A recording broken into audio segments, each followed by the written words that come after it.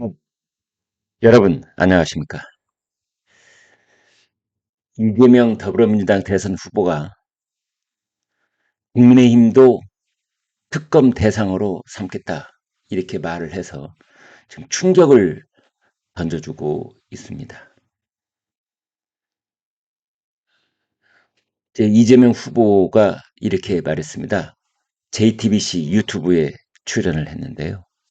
내란 종식을 위해서 특검을 해야 한다고 본다. 정치인도 책임이 있으면 특검을 해야 한다. 이제 그러면서 이어서 이렇게 말을 했습니다. 국민의힘 누군가 계엄에 동조했다고 생각한다.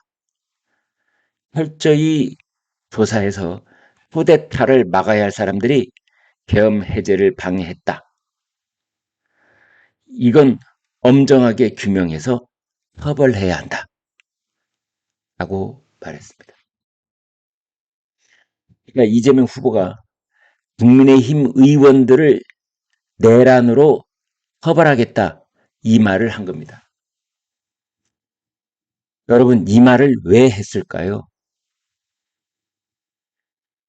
선거가 우세한 그 국면이 유지가 되고 있는데 왜 구태여 국민의힘 의원들을 직접적으로 겨냥을 해서 내란 특검을 해야 된다, 처벌해야 된다 이런 말을 했을까요? 저는 어떤 오싹한 느낌이 드는 발언이라고 생각을 하는데 선거가 끝나고 이재명 후보가 대통령이 되면 내란을 빌미 삼은 엄청난 피바람이 불 수도 있을 뿐만 아니라 그 차원을 넘어서서 그러니까 어, 윤석열 정권 때 국무위원을 했던 윤석열 정부에서 일을 했던 행정 강요들을 겨냥한 것이 아니라 이번에는 국민의힘 국회의원들을 겨냥했다는 차원에서 그것은 내란을 빌미 삼은 정계 개편을 노리고 있는 것이다. 이제 여기까지 얘기를 했으니 눈치 빠른 국민의힘 의원들은 그중에서 최소 10명, 20명 이런 숫자가 민주당으로 정적을 옮기려고 하는 그런 시도를 할 가능성이 있다. 이재명 품 안에 안겨야만 자기 정치 생명을 이어갈 수 있다라고 생각하는 그런 국민의힘 일부 의원들이 있다면 그 사람들 귀에다 대고 하는 말이다. 저는 그렇게 해석이 됩니다. 그래서 이재명 후보가 마음대로 쥐락펴락할 수 있는 국회의원 숫자를 200명 이상으로 늘리는 그러한 소폭 혹은 중폭의 정계 개편을 이뤄낸 다음에 그걸 바탕으로 이재명이 원하는 방향으로 개헌을 하려고 하는 것이 아닌가 라는 생각까지 해보게 됩니다. 이재명 후보가 내란 특검 대상으로 국민의힘 현역 국회의원들을 거론한 것은 이번이 처음 있는 일입니다.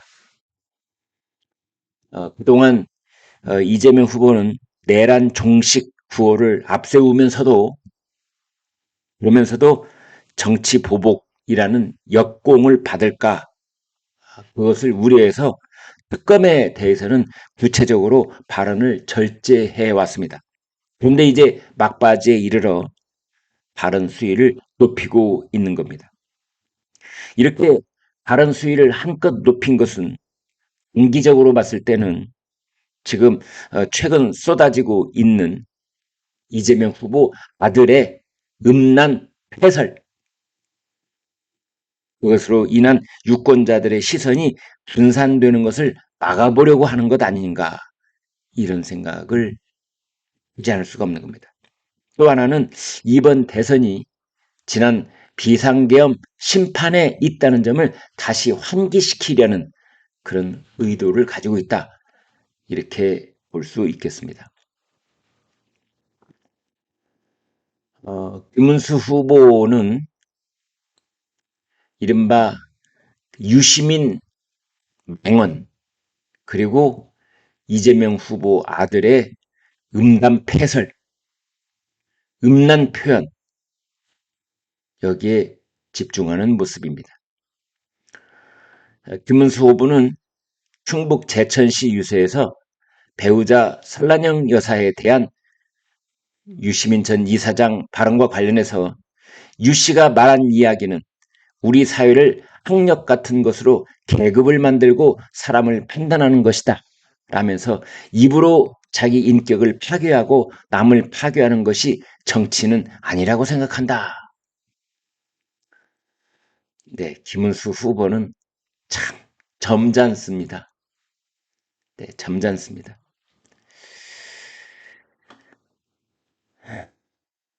강원 원주시 유세 때는 김문수 후보가 제 아내가 자랑스럽습니다 라는 문구를 인쇄한 티셔츠를 입고 연단에 오른 뒤에 제 아내가 뭐 잘못한 게 있습니까? 라고 울먹이기도 했습니다. 그러면서 저는 제 아내가 너무 사랑스럽고 자랑스럽습니다. 이런 얘기를 했습니다. 국민의힘의 그 김용태 비대위원장은 이재명 후보 아들 음란 댓글 불법 도박 이 논란을 정저준했는데요. 진보 여성 단체들은 이준석 후보에게는 조롱과 저주를 퍼붓지만 성적 혐오 표현을 했던 이재명 후보 아들에 대해서는 침묵하고 있다. 이재명 후보는 점잖은 척, 의연한 척 문제 제기한 사람에게 책임을 전가하고 있다.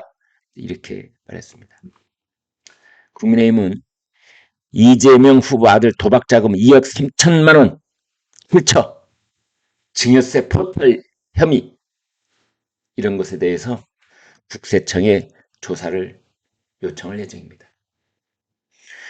이재명 후보 아들 2억 3천만 원, 그 돈 어디서 났는지, 불법 도박자금 2억 3천만 원 어디서 났는지 반드시 밝혀내야 합니다.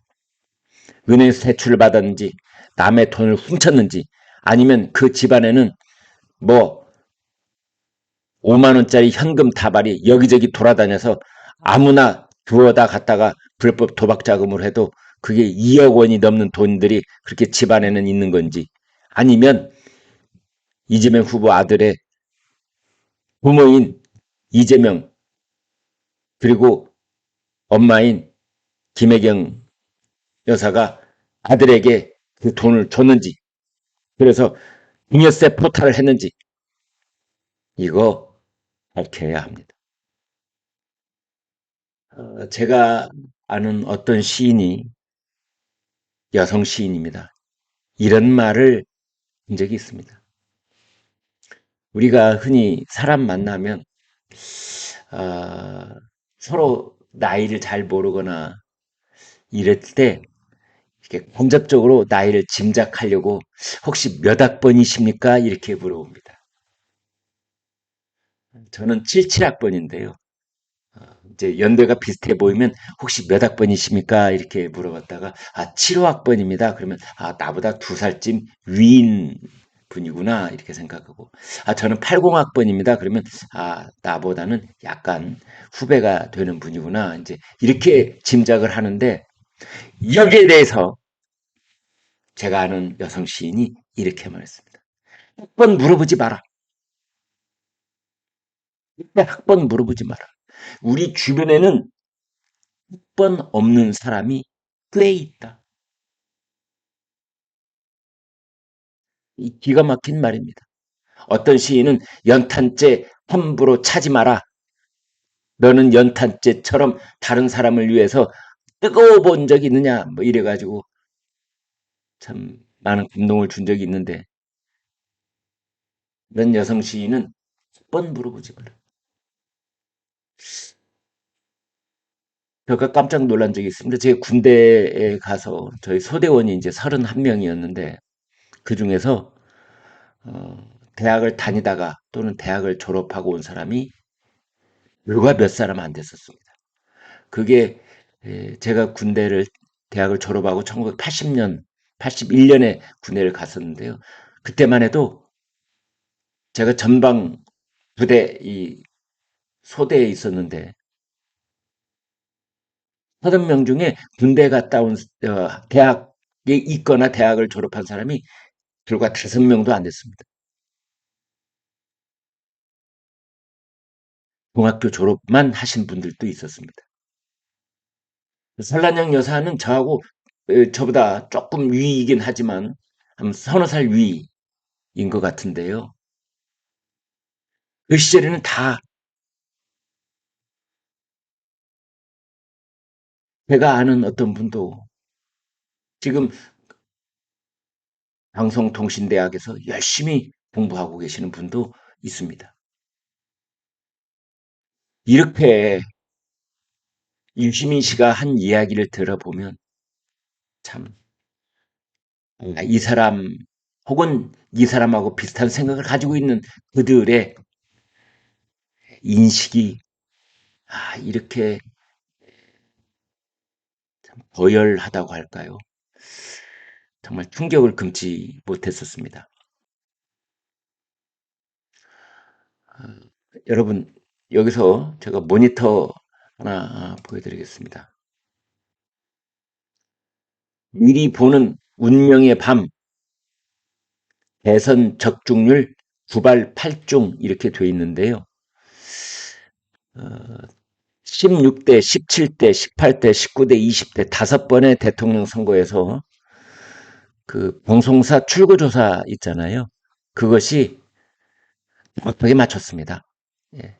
노무현 때, 이명박 때, 박근혜 때, 문재인 때, 윤석열 때 다 정확하게 맞췄습니다. 그런데 지난번 대통령 선거 때 JTBC는 한 번 빗나갔습니다.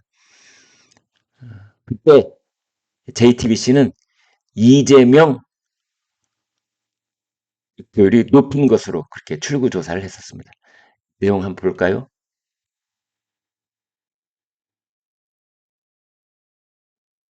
네. 출구 조사 조금 더 확대해서 보여드리겠습니다.